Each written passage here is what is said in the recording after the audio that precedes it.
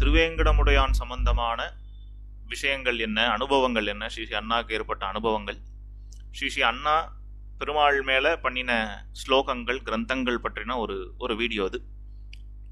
So Sri அண்ணாக்கு திருவேங்கடமுடையான் எப்படி அப்படிங்கிறத போன வீடியோவில் சொல்லியிருந்தேன்னா, அண்ணாக்கு திருவேங்கடமுடையான் ஏழுமலையப்பன் திருமலையப்பன் சொன்னாலே அண்ணாக்கு ஒரு நிமிஷம் கண்ணெல்லாம் கலங்கிடும். அந்த அளவுக்கு ஒரு அனுபவம் ஸ்ரீ ஸ்ரீ அண்ணாக்கு. அப்படி அந்த ஒரு ஏன்னா அண்ணாவனுடைய அந்த வம்சமே அப்பேற்பட்ட வம்சம். ஏன்னா ஏழுமலையானுக்குன்னு ஆட்பட்ட வம்சம். அப்படி பெரியவாச்சான் பிள்ளையினுடைய குலத்துல வந்தவர் தான் நம்மளுடைய ஸ்ரீ அண்ணா. அந்த பெரியவாச்சான் பிள்ளைக்கு திருமலை யாத்திரை போய் அவருக்கு அங்க ஒரு சால கிராமம் கிடைச்சு, அந்த சால கிராமத்தை ஆராதனம் பண்ணின அந்த அனுகிரகத்தினாலேயே ஒரு பெருமாள், அந்த பெருமாள் தான் இன்னைக்கும் சேங்கனூர்ல நம்ம ஸ்ரீனிவாச பெருமாளா பாக்குறோம். அப்பேற்பட்ட பெருமாள் நமக்கு அங்க வந்ததுக்கு காரணமே அந்த ஏழுமலையப்பன் தான் அப்படின்னு ஸ்ரீ அண்ணா சொல்லியிருப்பார். அப்படி திருவேங்கடமுடையான் அதே மாதிரி